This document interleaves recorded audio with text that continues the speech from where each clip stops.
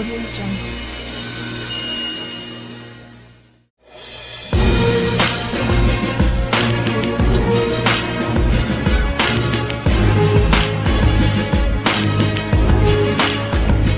North east বিজনেছৰ আৰু এটি খণ্ডলৈ আপোনালোকক স্বাগতম জনাইছোঁ। দৰ্শকসকল, মই ধ্ৰুৱজ্যোতি কলিতাই আজি আপোনালোকৰ ওচৰলৈ লৈ আহিছোঁ এটা বিশেষ ইনফৰমেশ্যন। এগৰাকী বিশেষ ব্যক্তি, যিগৰাকী ব্যক্তিক মই সুদূৰ কলিকতাৰ পৰা আজি আপোনালোকৰ কাৰণে ইনভাইট কৰি আনিছিলোঁ। তেখেত এনেকুৱা এগৰাকী ব্যক্তি, যিগৰাকী ব্যক্তিয়ে হাজাৰ নহয় লক্ষাধিক লোকৰ জীৱন সলনি কৰাত তেওঁৰ অৰিহণা আছে। তেওঁ বহুত মানুহৰ লক্ষ্য বস্তু সলনি কৰিছে, বহুত মানুহৰ অসুবিধা আঁতৰাইছে, বহুত মানুহৰ সপোন হাতত তুলি দিছে। তেনেকুৱা এগৰাকী ব্যক্তি আজি আমাৰ মাজত আছে। দৰ্শকসকল, মই এইকাৰণে এইখিনি কথা কৈছোঁ, তেখেতৰ আমাৰ অসমত বা আমাৰ এই গোটেই উত্তৰ পূৰ্বাঞ্চলত তেখেতৰ বহুত বেছি অৰিহণা আছে। বহুত দিন ধৰি তেখেতে আমাৰ ইয়াত যথেষ্ট সংখ্যক কিছু এণ্টাৰপ্ৰেনাৰক সহায় কৰিছে, যথেষ্ট সুবিধা তেওঁলোকক কৰি দিছে। আৰু তেওঁ কোনো নহয়, মোৰ লগত আজি আছে SK লাতিকুল ইছলাম ছাৰ। নমস্কাৰ।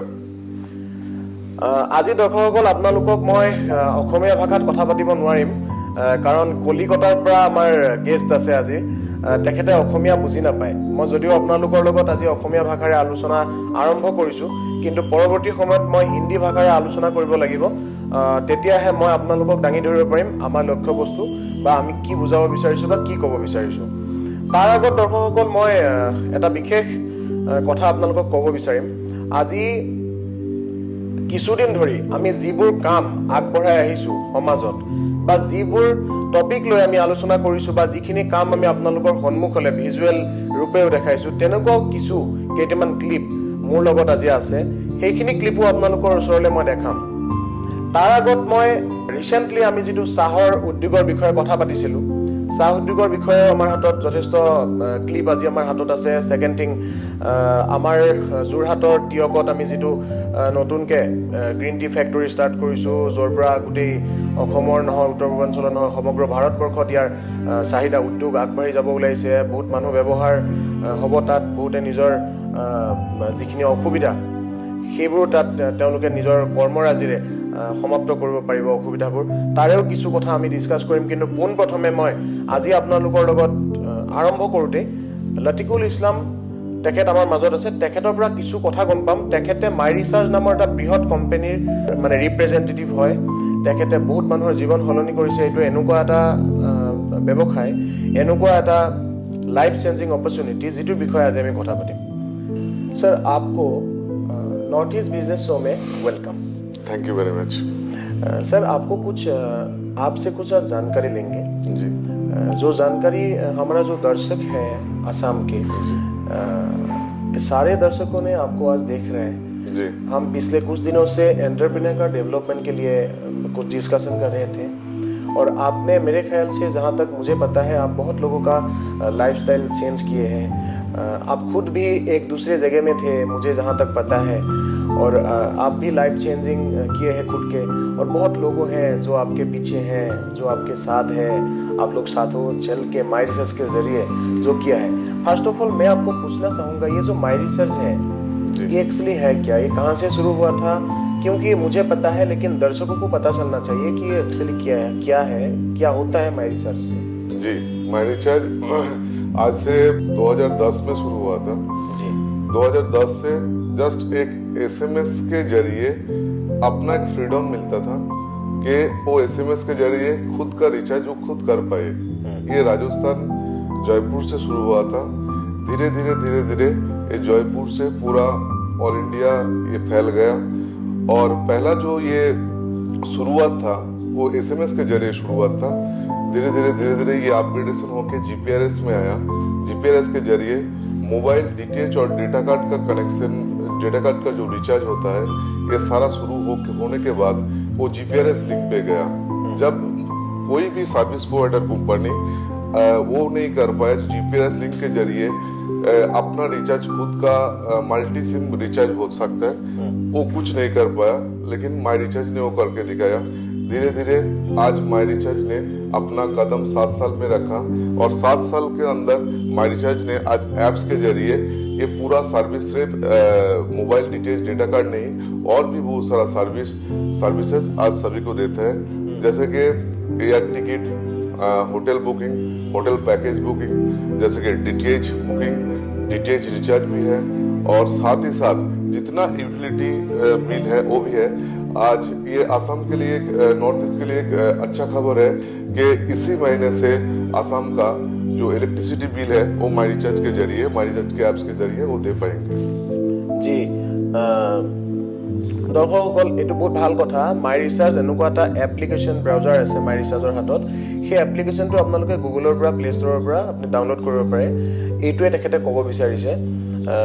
সেই এপছটোৰ জৰিয়তে আমি অসমত যিখিনি মানুহে ইলেক্ট্ৰিচিটি বিল পে' কৰাৰ নামত আমাৰ অসুবিধাৰ সন্মুখীন হওঁ, আমি যাব লাগে এটা পাৰ্টিকুলাৰ ডেষ্টিনেশ্যন লৈ পেলাই, তালৈকে যাওঁতে আমাৰ সময় নষ্ট হয়। আজিকালি বহুতে অনলাইন পে'মেণ্ট কৰা আৰম্ভ কৰিছে, কিন্তু বহুত ডিফিকাল্ট হয়। বাট আপুনি যদি এপছটোৰ জৰিয়তে আপোনাৰ ঘৰৰ ইলেক্ট্ৰিচিটি বিলটো ক'তো নোযোৱাকৈ পে' কৰিব পাৰে, আপোনাৰ কাৰণে যথেষ্ট সুবিধা হয়। সেইটো কথাই তেখেতে কৈছে। এই এপছটো বহুত বেছি ইউজাৰ ফ্ৰেণ্ডলি হয়। এইটোৰ পৰা যথেষ্ট সংখ্যক মানুহে উপকৃত হৈছে। লগত ইয়াত এটা বহুত ভাল বিজনেছ প্লানো আছে, তেখেতে আমাক জানিব দিয়া মতে। আমি সেইটোৰ বিষয়ে পৰৱৰ্তী সময়ত কথা পাতিম। এই মুহূৰ্তত सर जी आपको और एक बात पूछना चाहते हैं हम, कुछ भी एक कंपनी का एक लक्ष्य होता है जी और एक सब्जेक्ट भी होता है जी। अगर आपको पूछा जाए एक ही शब्द में, ये माई रिसर्च का कुछ लक्ष्य होता है? जो मुझे एक चीज़ मुझे आपसे जानकारी मिला था कि मेक इन इंडिया ये डिजिटलाइज करने के साथों साथ चल रहा है कंपनी, जो डिजिटलाइजेशन हो रहा है पूरे इंडिया, जो विदेश है उसके साथ भी हमारा मैंने कामयाबी शो करना है। और जो आसाम का हो, नॉर्थ ईस्ट का हो या पूरे इंडिया का हो, कुछ डेवलपमेंट के लिए भी माई रिसर्च ने काम करके रखे हैं। तो ये इसके लिए आप क्या करना मैंने कहना चाहेंगे? एक्चुअली क्या है, जब 2010 पे ये माई रिचार्ज शुरू हुआ था, जो लक्ष्य है कि पूरा जो इंडिया का जो आम पब्लिक है, आम आदमी है, उसको ऑफलाइन से ऑनलाइन में ले जाना, ये शुरुआत था। धीरे धीरे हम लोग, जब गवर्नमेंट ने 2014 में डिजिटल इंडिया का लाल किला से डिजिटल इंडिया का एक्चुअली रिस्पांस किया था कि इंडिया डिजिटल होंगे, लेकिन उससे 4 साल पहले हमारा माई रिचार्ज प्राइवेट लिमिटेड का जो थिंकिंग है कि ऑफलाइन से ऑनलाइन को लोगों को ले जाना, ये हम लोग उससे 4 साल पहले काम करते हुए आज एक पूरा इंडिया में हम लोग करीबन 19 लाख का एक माइलस्टोन खड़ा कर दिया। ओके, 19 लाख लोग आज के दिन में माई रिसर्च का एप्स यूज कर रहे हैं, सर्विस यूज कर रहे हैं। দৰ্শকসকল, এইটো বহুত ডাঙৰ কথা আমাৰ কাৰণে। আমাৰ সমগ্ৰ উত্তৰ পূৰ্বাঞ্চল হওক বা পুৰা ইণ্ডিয়াৰ পৰা টোটেল 19 লাখ মানুহে আজিৰ ডেটত মাই ৰিচাৰ্জৰ এই গোটেই সুবিধাবোৰ ব্যৱহাৰ কৰি আহিছে। আমি আৰু এটা কথা জানিব খুজিম। আজি আপোনালোকক মই এটা বিশেষ ভাল খবৰ দিব লাগিছোঁ। আজি এই গোটেই টপিকটো আমি আলোচনা কৰাৰ মূলতে এটা বিশেষ ইনফৰমেশ্যন আপোনালোকৰ কাৰণে আছে। সেইটো হ'ল, মই যিহেতু এণ্টাৰপ্ৰেনাৰখিনি ডেভেলপমেণ্টৰ কাৰণে আমি এই গোটেই শ্ব'টো আৰম্ভ কৰিছিলোঁ। আজি এই যিটো ব্যৱসায়, এই যিটো মাই ৰিচাৰ্জৰ ব্যৱসায়টোৰ বিষয়ে যিহেতু আমি ইমান ডাঙৰ এটা পদক্ষেপ লৈছোঁ, আজি এখেতে ইমান দূৰৰ পৰা আহিছে কষ্ট কৰি, তো আমি কিয় এইটো আৰম্ভ কৰিছোঁ? এটা বহুত ডাঙৰ ছাবজেক্ট। তাৰ কাৰণ হৈছে, আমাৰ যিখিনি আমাৰ ইয়াৰে ল'ৰা আছে, যিখিনি যিসকল ব্যক্তিয়ে কিছু কামৰ কাৰণে অসুবিধাত পৰি আছে, কাম পোৱা নাই, তেওঁলোকৰ কাৰণে SFD অৰ্গেনাইজেশ্যনে এই কোম্পানীটো গুৱাহাটীতো এটা অফিচৰ ব্যৱস্থা কৰিছে। যিটো অফিচত আপোনালোকে অতি শীঘ্ৰে যদি যোগাযোগ কৰে, অলৰেডি আপোনালোকে আমাৰ টিভি স্ক্ৰীনৰ তলত এই মুহূৰ্তত লাগি থকা কণ্টেক্ট নাম্বাৰ, য'ত অতদিন আপোনালোকে কণ্টেক্ট কৰি আহিছে, এই নাম্বাৰটোতে যোগাযোগ যদি কৰে, তেতিয়াহ'লে এই মাই ৰিচাৰ্জ নামৰ কোম্পানীটোৰ সমগ্ৰ সুবিধা আপুনি ব্যৱহাৰ কৰিব পাৰিব। আৰু তাৰ বাবে গুৱাহাটীস্থিত আমাৰ যিটো SFD অৰ্গেনাইজেশ্যনৰ হেড অফিচ, তাতেই মাই ৰিচাৰ্জৰ এটা ব্ৰাঞ্চ অফিচ অপেনিং হৈছে, যিটো নৰ্থ ইষ্টৰ ব্ৰাঞ্চ হেড অফিচ হিচাপেও জনা যায়। এইটো অফিচত আপোনালোকে যদি যোগাযোগ কৰে, তেতিয়াহ'লে আপোনালোকৰ কিছু কাম এনেকুৱা নহয় যে ইয়াত এজন ছাৰ্ভিচ হোল্ডাৰে বা কোনো বিজনেছ কৰি থকা মানুহে ব্যৱহাৰ কৰিব নোৱাৰিব নেকি, তেনেকুৱা কোনো কথা নাই। প্ৰতিগৰাকী ব্যক্তিক, যিহেতু আমি আজিৰ ডেটত ডিজিটেলাইজেশ্যন, প্ৰতিটো মুহূৰ্তত ডিজিটেল এখন দুনিয়াৰ লগত খোজ মিলাই আছোঁ, আমি ঘৰৰ প্ৰতিটো কাম ডিজিটেলি ব্যৱহাৰ কৰিব খোজোঁ। গতিকে মাই ৰিচাৰ্জে সেইটো বস্তুৱে আমাক সহায় কৰে, যাতে আপুনি ঘৰৰ প্ৰতিটো কাম খুব সহজভাৱে কষ্ট নোহোৱাকৈ কৰিব পাৰে। আৰু সেইটো কাম কৰোঁতে যাতে সৰু ক্ষুদ্ৰ কিছুমান লাভ আপোনাৰ হাতত থাকি যায়। যিটো কাম কৰোঁতে আপোনাৰ আগতে কিছু এক্সপেণ্ডিচাৰ হৈছিলে সেইটো বন্ধ হয় আৰু আপুনি ঘৰতে বহি পেলাই নিজৰ ঘৰৰ ৰিচাৰ্জটো যিকোনো মুহূৰ্তত কৰিব যাতে পাৰে, নিজৰ ইলেক্ট্ৰিচিটি বিলটো, নিজৰ পোষ্টপেইড বিলটো যেতিয়া তেতিয়া যাতে নিজে ইউজ কৰিব পাৰে, DTHটো যাতে নিজে কানেক্ট কৰিব পাৰে, এনেকুৱা ধৰণৰ প্ৰতিটো বস্তু, bus ticket, air ticket, hotel booking য'তে যায় যাতে চব আপোনাৰ মোবাইলটোৰ ভিতৰতে থাকে, তাৰে ব্যৱস্থা কৰিছে মাই ৰিচাৰ্জে। सर जी आपसे और एक चीज़ मैं जानना चाहूँगा, माई रिसर्च ने और कुछ चीज़ों अभी मुझे और एक चीज़ पता चला कि इंडिया में और एक रूल्स रेगुलेशंस है जो डायरेक्ट सेलिंग, ये बहुत बड़ा सेक्टर है इंडिया का। माई रिसर्च में रिसेंटली डायरेक्ट सेलिंग में भी एक बहुत बड़ा पोजीशन में काम शुरू किए हैं जी। और डायरेक्ट सेलिंग में ये माने रोजाना आगे से आगे स्टेप माने आगे जा रहा है जी। हर वक्त हम ये अगर स्टेटस ऑनलाइन भी देखना चाहे कोई, वो भी देख पाएंगे। 2010 से जो आपने मुझे डाटा बोला, वहाँ से लेके आज तक जी। जो माई रिसर्च ने आगे आ रहा है, इसका गति बहुत माने जो स्थिति गति बोल सकते हैं हम जी। बहुत ही माने सुविधा दे के स्टेप बाय स्टेप आगे जा रहे हैं। ये डायरेक्ट सेलिंग क्या होता है? बहुत लोगों के बीच में ये चीज़ समझ में नहीं आता है, बहुत लोग समझते नहीं है कि actually what is direct selling and direct selling में एक्चुअली होता क्या है। और रिसेंटली माई रिसर्च में ये सब जितना सारा सुविधा है, ये सब को छोड़ के कुछ प्रोडक्ट भी लॉन्च किए हुए हैं जी। यहाँ पे क्या क्या प्रोडक्ट है, इससे पब्लिक का, जनरल पब्लिक का क्या सुविधा हो सकता है और इससे कैसे एक बिजनेस खड़ा कर सकता है एक एंटरप्रेन्योर? एक्चुअली जो आपने पहला सवाल किया जो है आपका डायरेक्ट सेलिंग के बारे में, फेडरेशन ऑफ डायरेक्ट सेलिंग एफडीएसए में कुछ कंपनी ऐसा है, रेपुटेड कंपनी जो इंडिया का है, वो पिछले 4-5 साल से डायरेक्ट सेलिंग के ऊपर गवर्नमेंट का इसके ऊपर कुछ रूल्स आए, गवर्नमेंट इसको पकड़ ले तो सारा कंज्यूमर जो है उनका कुछ फायदा होगा। इसीलिए डायरेक्ट सेलिंग गवर्नमेंट का एक रूल्स करने के लिए हम डायरेक्ट सेलिंग के द्वारा एफडीएसए 5 साल से गवर्नमेंट के साथ ये मतलब गवर्नमेंट के साथ बोल रहा था कि हम लोगों को कुछ रूल्स चाहिए। तो गवर्नमेंट में आखिर में सितंबर में 2016 में इस चीज को मान लिया और डायरेक्ट सेलिंग के ऊपर कुछ रूल्स दे दिया, क्योंकि इंडिया ऐसा एक जगह है पर डे बहुत सारा फेक कंपनी इंडिया में जन्म लेता है और लोगों को बहुत सारा वो चीज देने के नाम पे वो अपना पैसा भी ये कर लेते हैं। जैसे कि मनी सर्कुलेशन कंपनी पिछले कुछ ऐसा हुआ था। इसीलिए अभी फिलहाल डायरेक्ट सेलिंग के रूल्स के मुताबिक सारा काम होगा आने वाला टाइम पे, इसीलिए गवर्नमेंट इसके ऊपर बिल आने वाला टाइम पे भी पेश करेंगे। और इस डायरेक्ट सेलिंग आने का जो मूल कारण है इंडिया में, इसका सबसे बड़ा जो रोल है ये एफडीएस का सबसे बड़ा रोल है, जो federation of direct selling association ji, इसका सबसे बड़ा रोल है। अच्छा सर, ये बताएं मुझे, माई रिसर्च में अभी काफ़ी कुछ प्रोडक्ट भी है जो पब्लिक का ज़रूरत है। मैं देख पा रहा हूँ आप लोग का ढेर सारे सेलिंग भी है। नॉर्थ ईस्ट में भी, आसाम में भी बहुत सारे लोगों ने, लाखों लोगों ने करोड़ों का प्रोडक्ट परचेस किए हैं। इसमें क्या है एक्चुअली, प्रोडक्ट क्या है? एक्चुअली क्या है कि हम लोग जो इंडिया डिजिटल हो रहा है, गवर्नमेंट जो ई गवर्नेंस बनने जा रहा है, हर एक चीज आपको घर में बैठ के एप्स के जरिए मिलेगा। अगर हर एक चीज एप्स के जरिए मिलेगा तो गवर्नमेंट का जितना सारा सर्विस आएंगे वो माई रिचार्ज में शामिल होगा। धीरे धीरे ये भी होने जा रहा है। जैसे कि पिछले साल 1 साल हुआ है हम लोगों ने मनी रेमिटेंस को शुरू किया, डोमेस्टिक मनी रेमिटेंस। ज्यादातर क्या होता है, आम पब्लिक का अकाउंट नहीं होता और वो रुपया कैरी करने में उसका दिक्कत होता है। तो अभी फिलहाल माई रिचार्ज एप्स के जरिए आप मनी रेमिटेंस मतलब एक ही पोर्टल से एक ही पैसा वो अपना इंडिया में 141 बैंक पे वही पैसा को 1 रुपया से लेकर 10,000 रुपया तक वो भेज सकता है IMPS के जरिए।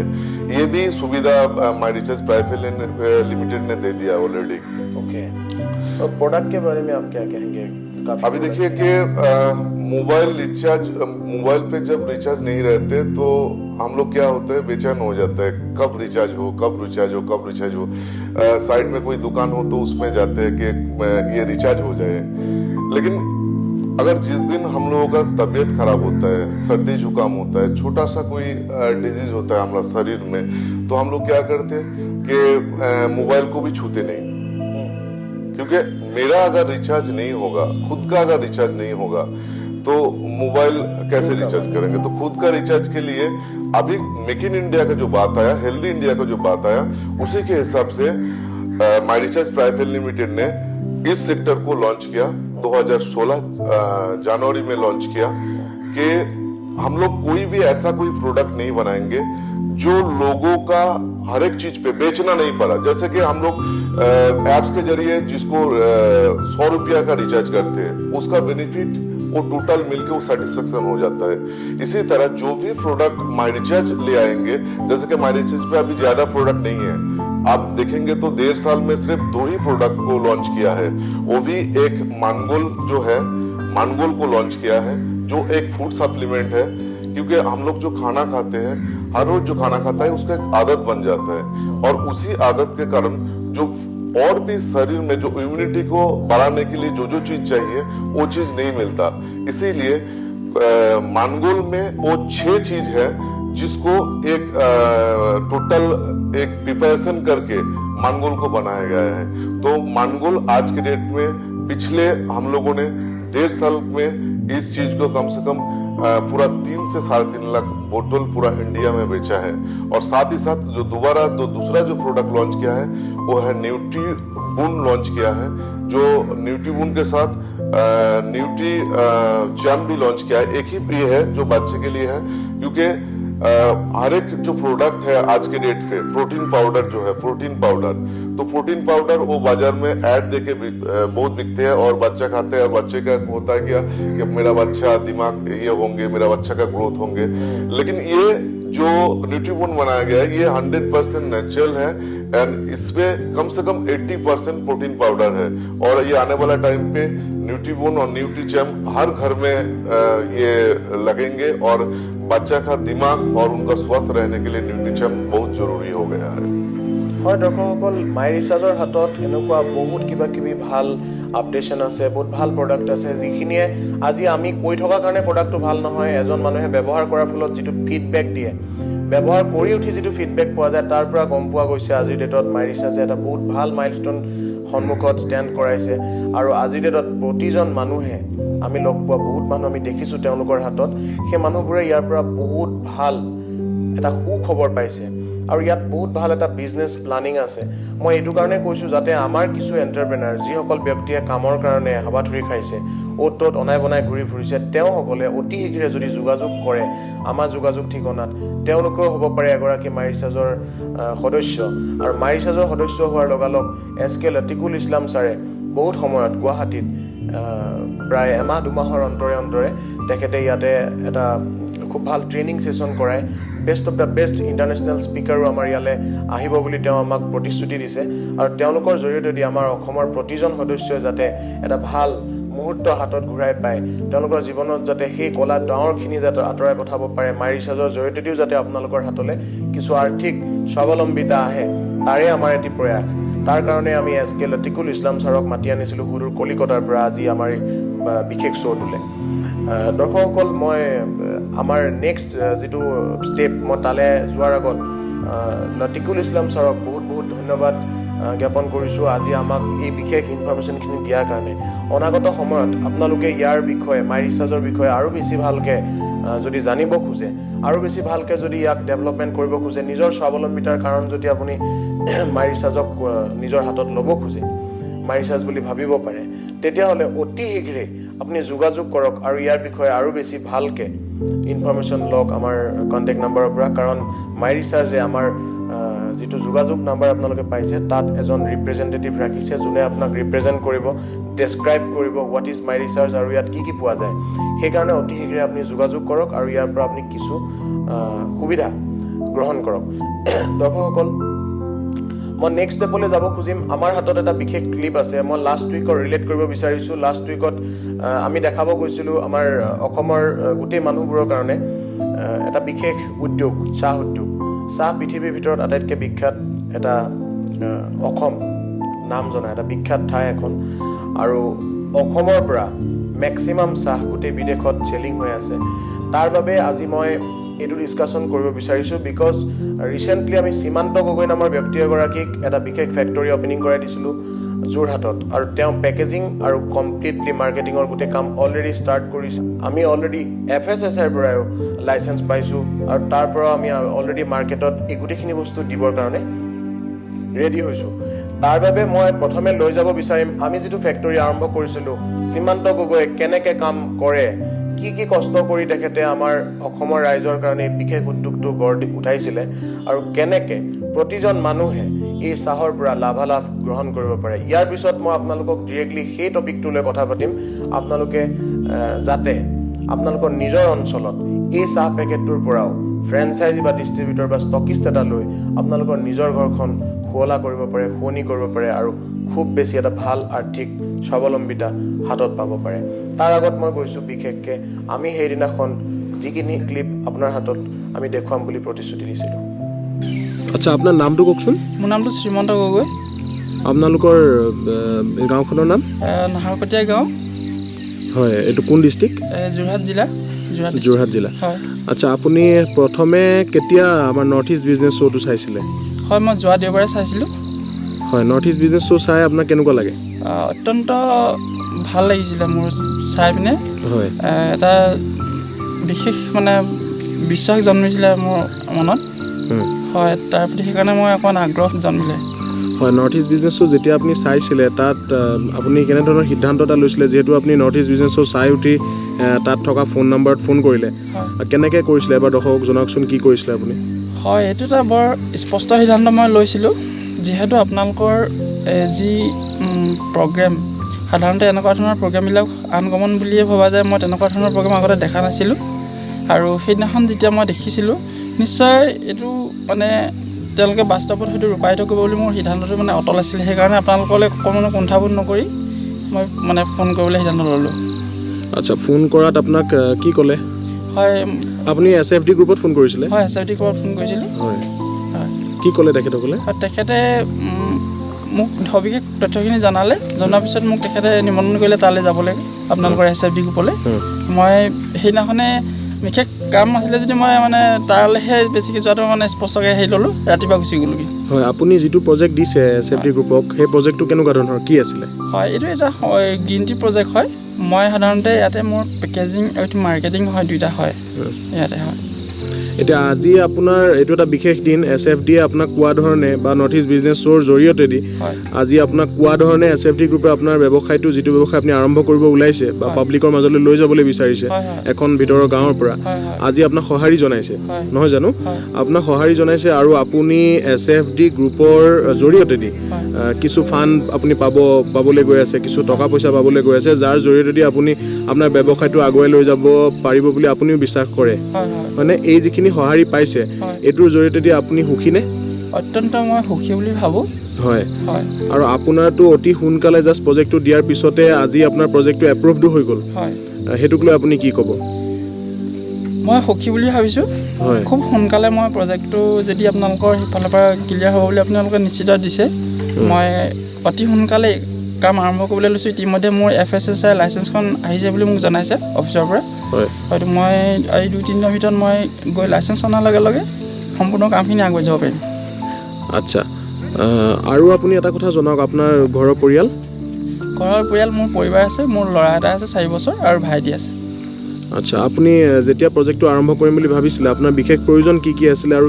কি অসুবিধা আছিলে আপোনাৰ মোৰ যথেষ্টখিনি অসুবিধা আছিলে কিন্তু মই সেই এলাৰঙে সকলোখিনি পাৰ কৰি গৈ আছিলোঁ এতিয়া শেষ মুহূৰ্তত মোৰ অলপমান বিশেষকৈ আৰ্থিকভাৱে মই সংকটত ভুগি আছোঁ হয় আৰু আপুনি কৈছিলে আমাক যে মাৰ্কেটিঙৰ কাৰণেও গাঁৱৰ পৰা ওলাই গৈ আপোনাৰ যথেষ্ট অসুবিধা হয় হয় যিহেতু আপোনাৰ একেবাৰে ভিতৰ অঞ্চলৰ এখন গাঁও তো এতিয়া SFDয়ে সেইটো আপোনাক এটা সহায় কৰিছে যে আপোনাৰ গোটেই অঞ্চলত আপোনাৰ মাৰ্কেটিংটো বা পাব্লিচিটিও আপোনাক কৰি দিয়াৰ ব্যৱস্থা কৰিছে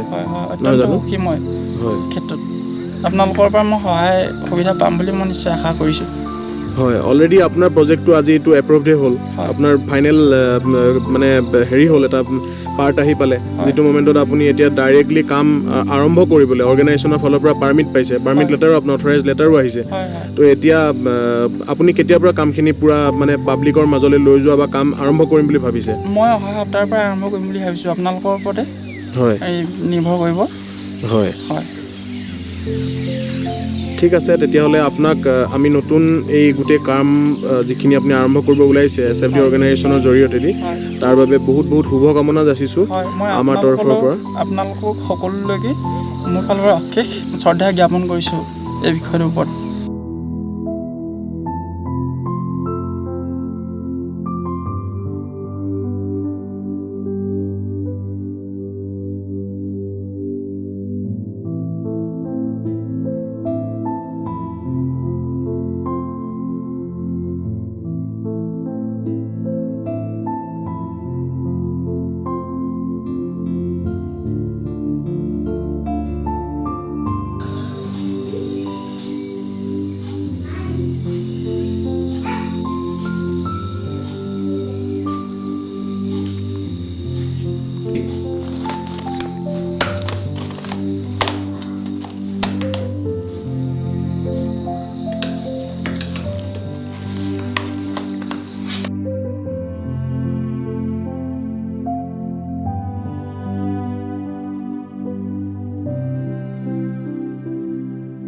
দৰ্শকসকল আপোনালোকে দেখিলে যোৰহাট নিবাসী লাউজান নাহৰকটীয়া গাঁৱৰ পৰা সীমান্ত গগৈ নামৰ ব্যক্তিগৰাকীক আমাৰ SFD অৰ্গেনাইজেশ্যনে কিদৰে সহায় কৰিছিলে আৰু কি কৰি তেখেতৰ মাজত আমি সেই সমগ্ৰ চাহ উদ্যোগটো আৰম্ভ কৰি উলিয়াইছিলোঁ তাৰ বিশেষ এটা ইনভেষ্টিগেশ্যন বিশেষ এটা ৰিপৰ্ট আমি ক্ৰিয়েট কৰিছিলোঁ। আমাৰ ব্যক্তিসকল তাত গৈছিলে, আমাৰ ইনভেষ্টিগেশ্যন এজেঞ্চি গৈছিলে। এতিয়া মই আপোনালোকক সেইখিনি কথা ক'ব বিচাৰিছোঁ। আজি মোৰ সন্মুখত দেখি থকা যি দুটা চাহ পেকেট দেখিছে, এই পেকেটটোক লৈ আপুনিও এটা বিশেষ ব্যৱসায় আৰম্ভ কৰিব পাৰে আপোনাৰ নিজৰ অঞ্চলটোত। আপুনি অতি শীঘ্ৰে আমাৰ ঠিকনাত যোগাযোগ কৰক আৰু আপুনি প্ৰচিডিঅ'ৰখিনি গম পাই লওক। আপুনি অতি শীঘ্ৰে এই চাহপাতৰ পেকেটটো হাতত লৈ আপোনাৰ নিজৰ অঞ্চলত মাৰ্কেটিং কৰিব পাৰে আৰু এটা ফ্ৰেঞ্চাইজি বা এটা ষ্টকিষ্ট লৈ পেলাই আপুনি নিজৰ অঞ্চলত এটা বিশেষ ব্যৱসায় বহুত ভাল মাৰ্জিন লৈ ব্যৱসায় কণ্টিনিউ কৰিব পাৰে। মই এইকাৰণে এইখিনি আৰম্ভ কৰিছিলোঁ যাতে এটা এটা ব্যৱসায় আপোনালোকৰ হাতত আমি ক্ষুদ্ৰভাৱে হ'লেও তুলি দিব পাৰোঁ আৰু আমাৰ নিজৰ অসুবিধাবোৰ আঁতৰাব পাৰোঁ। আপোনালোকক আৰু এটা কথা ক'ব খুজিম, আমি প্ৰতিটো সপ্তাহত এনেকুৱা নতুন ধাৰাবাহিক গতিত কিছু এণ্টাৰপ্ৰেনাৰক আমি কেনেদৰে হেল্প কৰিছোঁ, কেনেদৰে ফাৰ্মিঙৰ কাম কৰিছোঁ, কি কাম কৰিছোঁ এইটো বিষয়ে দেখাই আহিছোঁ। মই কৈছোঁ দৰ্শকসকল, আমাৰ লগত আছে বিশেষ কিছুমান বেংক, যিবোৰ বেংকে আপোনালোকক ফাইনেন্সিয়েলি এটা ছাপোৰ্ট কৰে আৰু যদি আপোনালোকৰ ক্ষুদ্ৰ কিছু মাইক্ৰ' কনচেপ্ট হয় তেতিয়াহ'লে আমাৰ SFD অৰ্গেনাইজেশ্যনৰ হাতত আছে যথেষ্ট সংখ্যক ইনভেষ্টৰ্ছ। তেওঁলোকে আপোনালোকক সহায় কৰে আপোনালোকৰ উদ্যোগটো আগবঢ়াই নিয়াত, ধন ধৰি উঠাত। আপোনালোকে অতি শীঘ্ৰে যোগাযোগ কৰক আৰু আপোনালোকৰ হাতত থকা নথি পত্ৰবোৰ লগত লৈ আহি আপোনালোকৰ হাতত যদি এনেকুৱা কিবা প্লান আছে, কিছু প্ৰেজেন্স অফ ডিছকাশ্যন আছে, সেই গোটেই বস্তুবোৰ লৈ আহি আপোনালোকে ডিছকাছ কৰক। যদি আপোনালোকৰ প্ৰজেক্ট ৰিপৰ্ট নাই, প্ৰজেক্ট ৰিপৰ্ট বনাওক। অফিচৰ লগত যোগাযোগ কৰিলেই আপোনালোকৰ প্ৰজেক্ট ৰিপৰ্টটো বনাই দিয়া যাব আৰু আপোনালোকে বহি নাথাকি অতি শীঘ্ৰে আৰম্ভ কৰক নিজৰ হাতত বা নিজে ভাবি থকা সেই কনচেপ্টটো।